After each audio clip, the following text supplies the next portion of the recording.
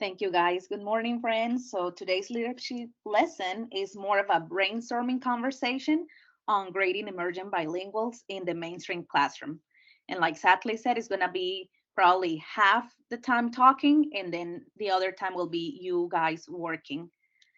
Um, so for the next slide, hmm, before we dive in, I want you to please take 1 minute to type in the chat box and answer the following question.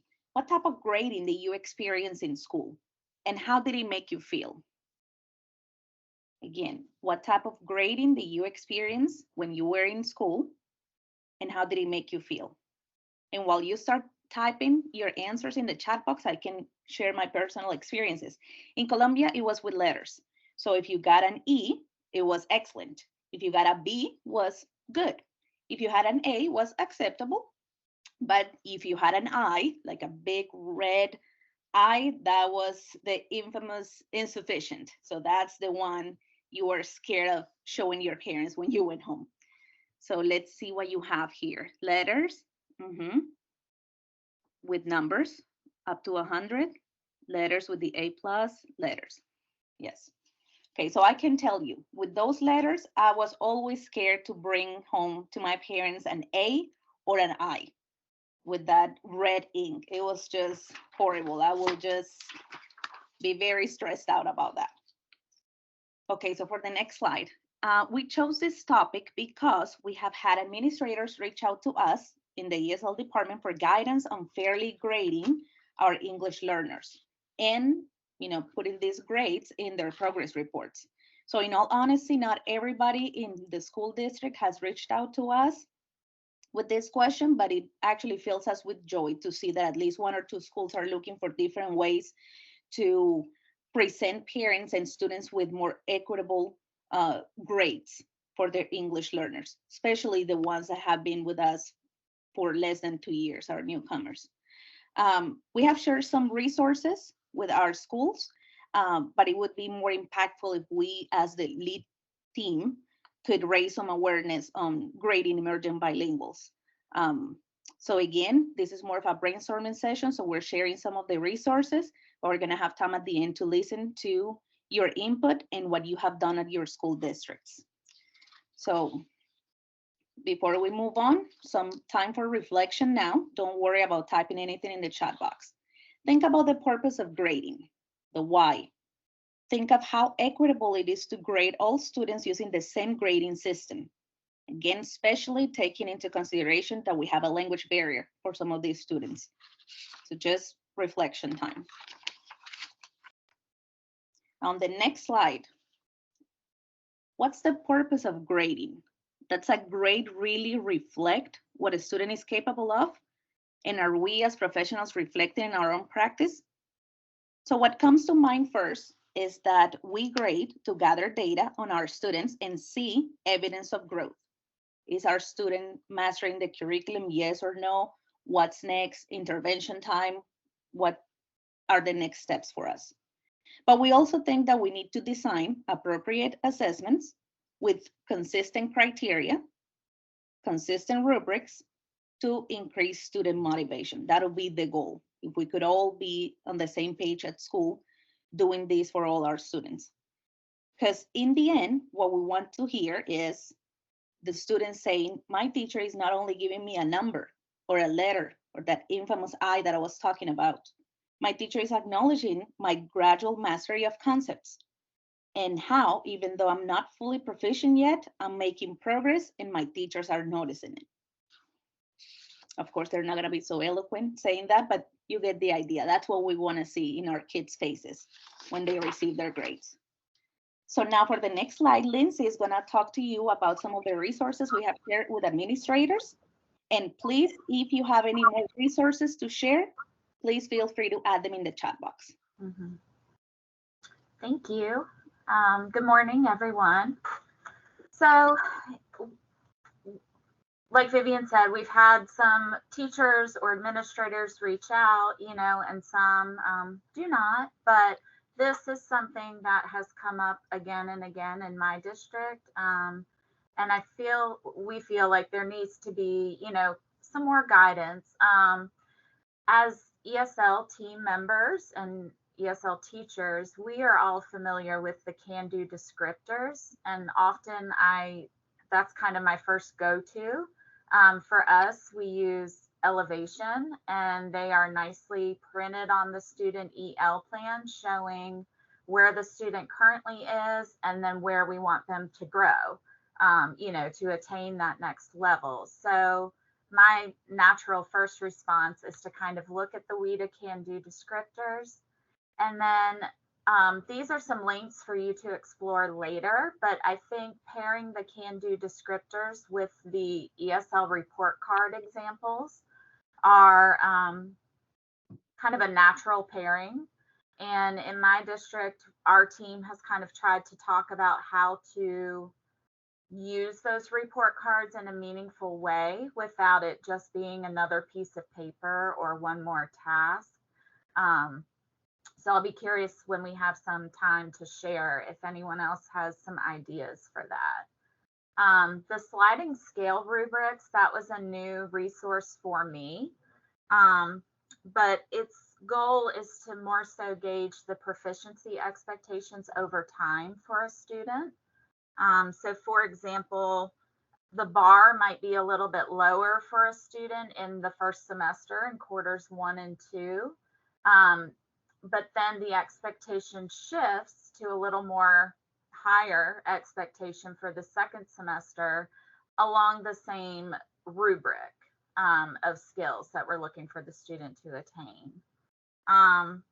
But what's nice about those, or what stood out to me, is that it gives time for the student to show growth in that space, and it's laid out nicely so that the teacher and the student can kind of see the progression. On the next slide is another example. We attended, actually, there was a Saddleback webinar that came up as we decided on this topic.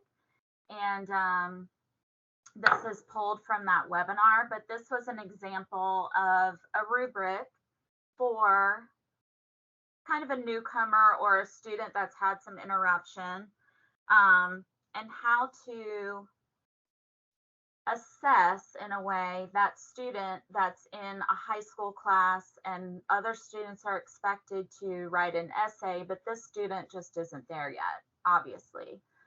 So this is term 1 or semester 1, helping the student see this is where we're starting, this is where we would be in emerging, and this is where we would be in developing. And at this time, the student's expectation was words. And so the student was given this differentiated rubric. And also part of this lesson was the student listening to sentences and writing the sentences that he or she heard. So, right there, we're incorporating 3 of our language domains with listening, reading, and writing. And again, it's not overwhelming for the student or the teacher to see this is where, I'm in that starting column, I'm successful there, and where I can go moving forward. And the nice thing about this too is it meets the student where he or she is. And again, lays out a realistic expectation of where we want them to get. So on the next slide are just some questions, some reflections. The first question I often ask of teachers, what are you grading? What are you trying to assess? Are you trying to assess if this 7th grade student who just came to us from Mexico can read on a 7th grade level in English? I think we all know the answer to that. Or are you assessing that the student can understand the concept of cause and effect or of sequence in a story? Then we're assessing a skill or some content versus a reading level. And we can assess those skills with a much different text, or no text at all, really. So that's one of the first questions I ask of teachers. But here are some other ones just to think and get our brainstorming going in this.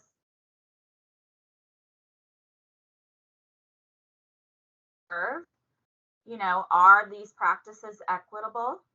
Are we supporting the growth mindset for the student? And then, of course, the measuring and reporting, and, you know, just kind of some questions to get us thinking and to get teachers and administrators thinking.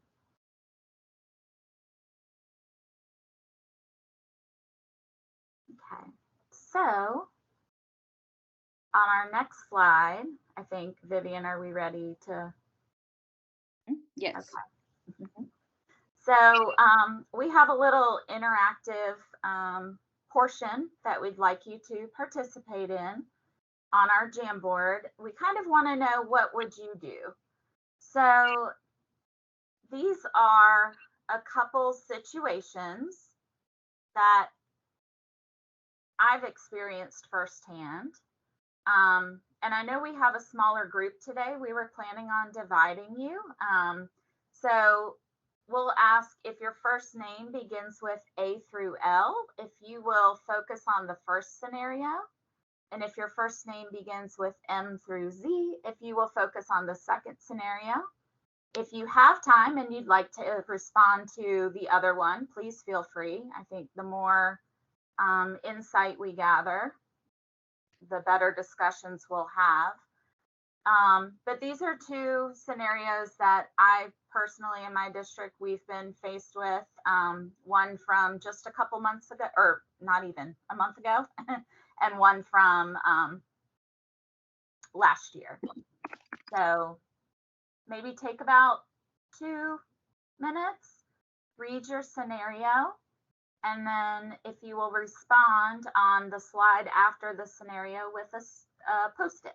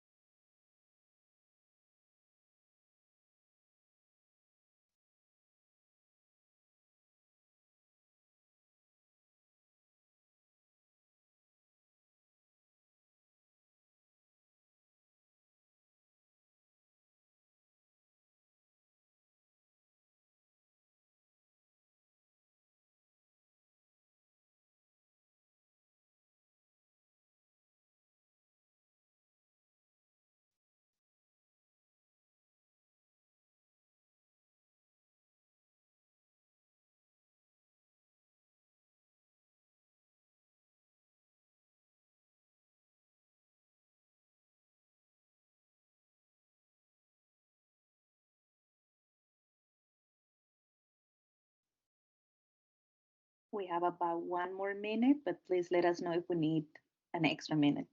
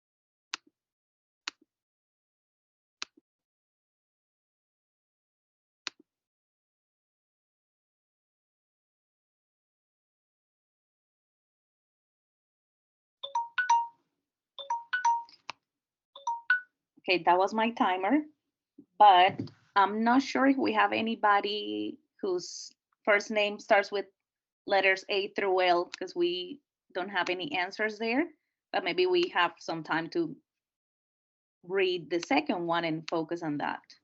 What do you say, Lyndsay? Sure. Or, the struggle with the first scenario is that the student was still struggling with retaining letter sounds, short CVC words, but the student received all A's on his report card. And so I'm wondering if anyone has experienced that before. How do you direct teachers? Where do the straight A's come from? I think that's an interesting question, Lyndsay. For me, I see so many teachers inventing grades with no justification, no reason. And I say frequently, if we're going to invent grades, we might as well invent A's rather than inventing F's. I would much rather see a made up A than a made up F. Either way, we failed the student. Either way, we failed our obligation to teach the student. But the F carries more consequences long term for the student than the A. That's my justification. I'd be happy to hear what anybody else thinks about that. I agree with you, Tamara. I also feel like maybe it's also because they don't want to deal with the trouble of having the parents come to them and ask questions.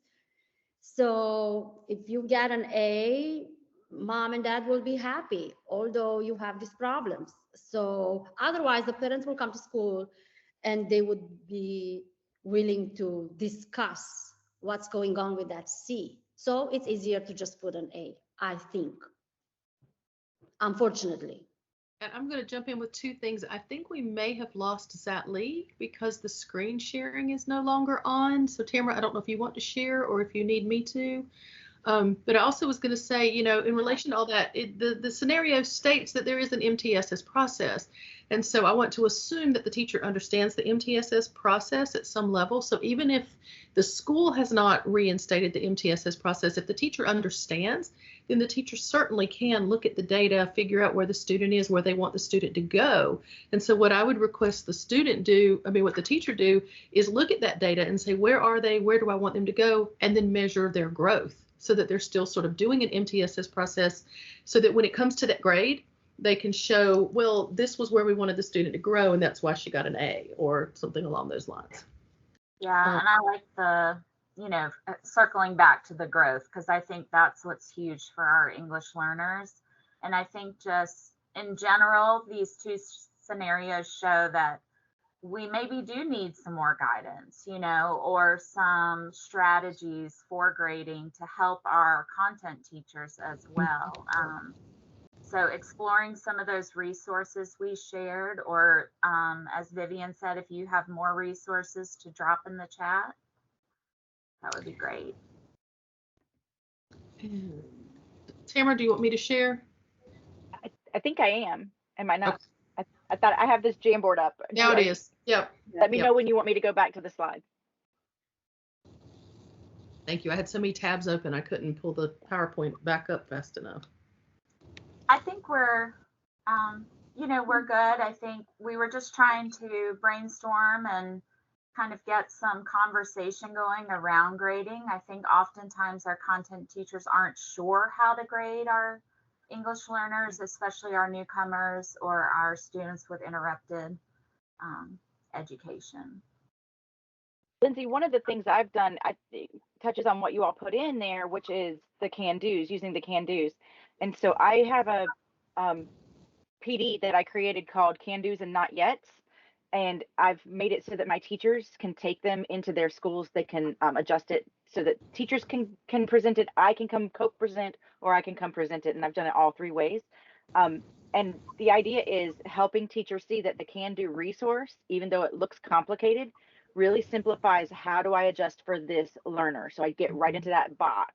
I show them the box over and over again. Find the box, and it'll tell you what to do. Look for WH questions. If that's what the kid can do, then you teach using WH questions. That's how it works. And so, let me know if anybody is interested in seeing that. Yes, please. I was gonna Yes, say please. yes.